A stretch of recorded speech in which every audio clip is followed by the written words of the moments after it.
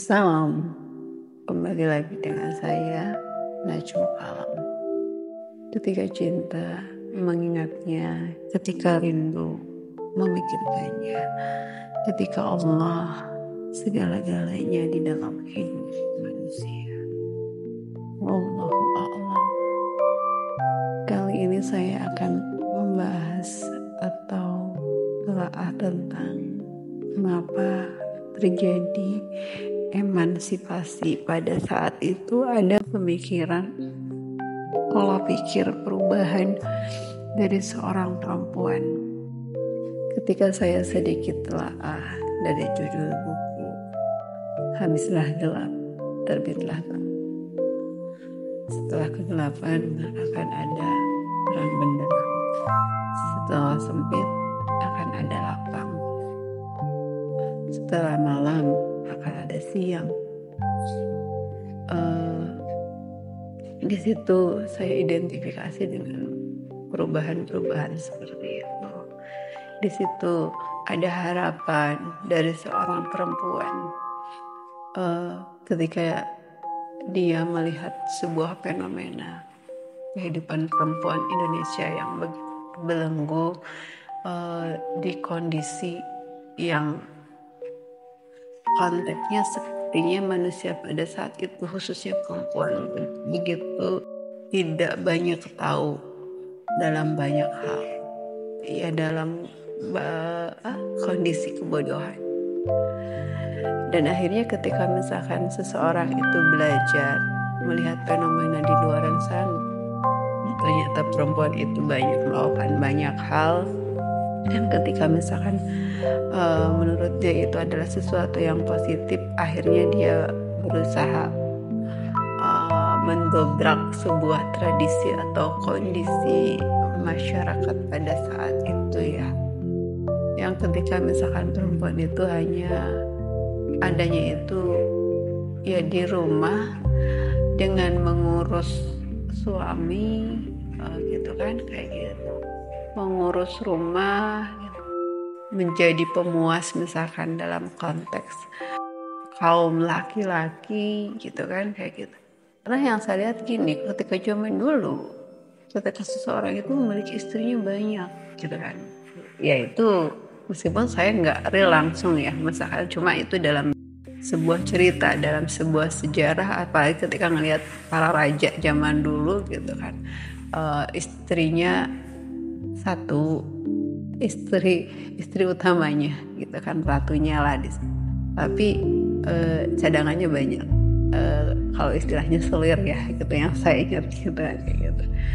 Itu Masya Allah, gitu kan, kayak gitu. Itu adalah fenomena kehidupan di Indonesia saat itu. Dan akhirnya mungkin ini masih sebagai sudut pandang, misalkan sebagai seorang yang merasa diri bergugah untuk misalkan mendobrak kondisi itu, dan akhirnya dia sang pelopor emansipasi mencetuskan itu, kan. Saya pikir ketika misalkan dia mencetuskan konsep itu, nggak tahu dia adalah orang yang misalkan mendapatkan sebuah kondisi seperti itu atau hanya sekedar fenomena yang dilihat. Jadi ingin mendobrak sebuah kondisi, ingin mengadakan sebuah perubahan tepatnya.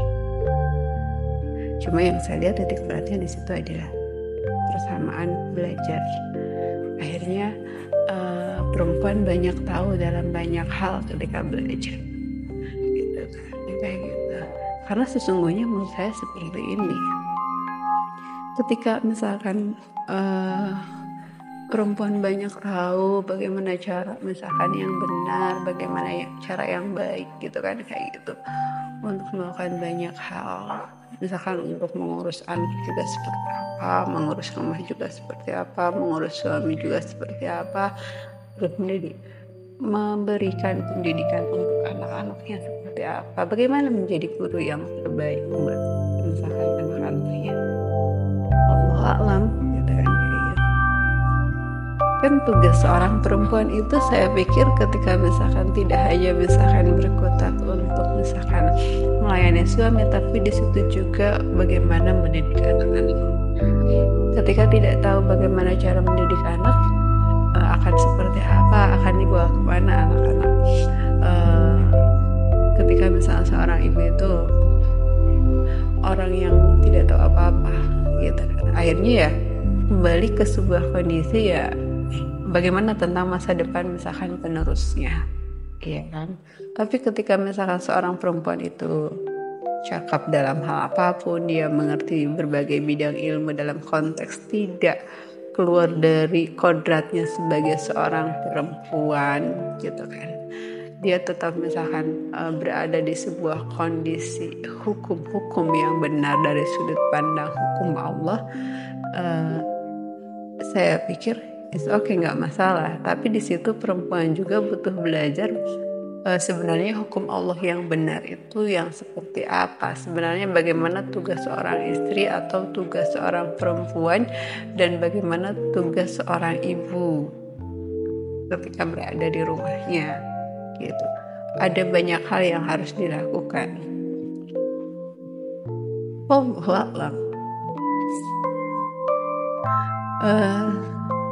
Itu PR buat perempuan-perempuan ya, sama seperti saya kan, kayak saya sama-sama belajar bagaimana menjadi seorang istri yang baik, misalkan yang benar di hadapan Allah, bagaimana misalkan menjadi seorang ibu yang baik buat anak-anak saya gitu kan, yang benar di hadapan Allah. Intinya bagaimana misalkan menjadi seorang perempuan dalam tanda kutip perempuan yang taat kepada Allah dan akhirnya bisa melakukan banyak hal di seluruh aspek kehidupan dalam konteks yang benar sesuai dengan hukum Allah yang kita yakini. Kalau misalkan kita acuannya bukan hukum-hukum Allah, terus apa lagi gitu kan, kayak gitu. Ketika hanya sekedar misalkan kita mengacu hukum yang misalkan hukum masyarakat, kebiasaan, tradisi atau budaya, saya pikir itu tidak cukup menjadi modal untuk seorang perempuan bisa melakukan keharusan di banyak hal.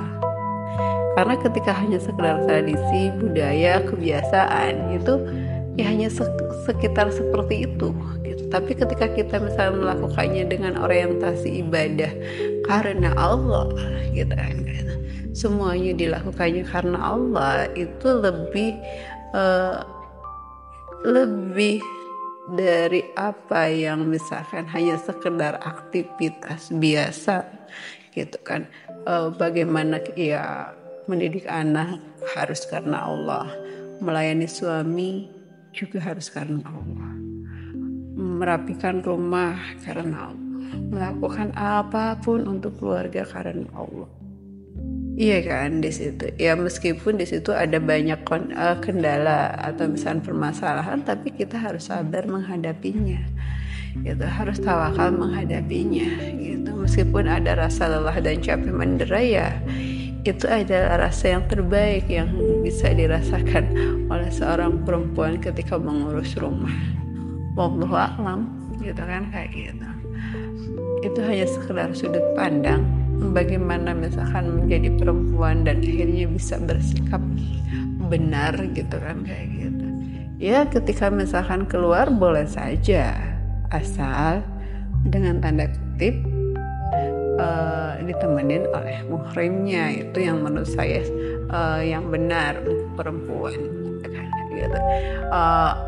Tidak pergi sendiri gitu kan, kayak gitu, jalan-jalan sendiri gitu kan, kayak gitu. Karena dampak negatif yang akan muncul ketika misalkan seorang perempuan keluar gitu kan, itu banyak banget. Selain tanggung jawab misalkan seorang perempuan di rumah itu terbengkalai, kecuali ada yang mengerjakannya lagi, ada bantuan yang lain, wallahu a'lam, dengan teknik yang seperti apa ketika misalkan seorang perempuan memilih bekerja di luar gitu kan, kayak gitu. Ya saya sih ini hanya sekedar berbagi pendapat tentang itu. Misalkan selaras atau tidak, sesuai atau tidak, ya itu lebih ke pilihan pribadi masing-masing meskipun kita sama-sama perempuan. Ya kan, karena emang saya ngelihat banyak perempuan yang bekerja gitu kan. apalagi misalnya berkiprah di luar, Masya Allah. Kalau untuk sekarang saya lihat, ya saya juga melihat banyak sekali perempuan yang berada di garda depan gitu kan, yang seolah-olah akhirnya kondisi itu berbalik gitu kan, kayak gitu. Perempuan melakukan banyak hal tapi misalkan laki-lakinya, suaminya diam di rumah, itu banyak fenomena seperti itu. Ya bagaimana kita bersikap, bagaimana misalkan itu, wallah alam. Saya juga dalam kebimbangan ketika ngelihat fenomena seperti itu gitu. Bagaimana caranya mengurainya, bagaimana caranya memperbaikinya, wallah alam. Cuma yang perlu saya ingatkan ada, ya ketika kita melakukan apapun harus karena Allah gitu kan, di dalam kondisi ketika kita sebagai seorang perempuan, karena emang kita punya tugas bagaimana misalkan untuk menjadi seorang perempuan atau istri.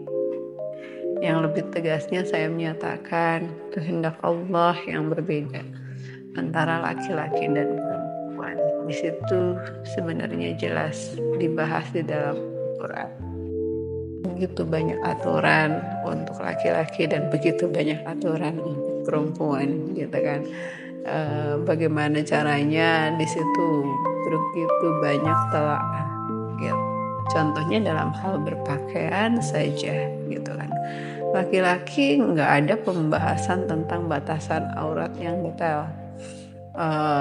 Tapi ketika perempuan, Masya Allah, gitu kan, kayak gitu, harus menutup auratnya begitu tertutup. Banyak, gitu kan, yang menjadi aurat perempuan itu beda dengan kaum laki-laki. Dari situ saja jelas, gitu kan, seperti itu. Dan ketika kita melihat apa yang terjadi pada laki-laki dan perempuan itu beda, gitu kan. Sepertinya tugas utama laki-laki itu adalah mencari nafkah, gitu. Untuk perempuan, istri mengurus anaknya, gitu kan. Karena istri hamil, gitu kan, melahirkan, mengurus mereka harus telaten karena Allah, gitu kan. Meskipun ya melelahkan, iya, bekerja di luar juga sama melelahkan. Tergantung dari sudut pandang yang kita ambil, maksudnya gitu kan, atau yang landasan yang kita misalkan yang kita jadikan kenapa kita misalkan melakukan ini, apapun. Allahu a'lam. Saya pagi-pagi gini sih ingin ngajak berpikirin pada para perempuan masa sekarang. Sudahkah kita menjadi seorang perempuan yang lebih taat kepada Allah? Sudahkah kita belajar tentang itu? Mari kita sama-sama belajar bagaimana menjadi seorang perempuan yang benar, ketika bagaimana menjadi seorang istri atau bagaimana menjadi seorang ibu. Wallahu a'lam.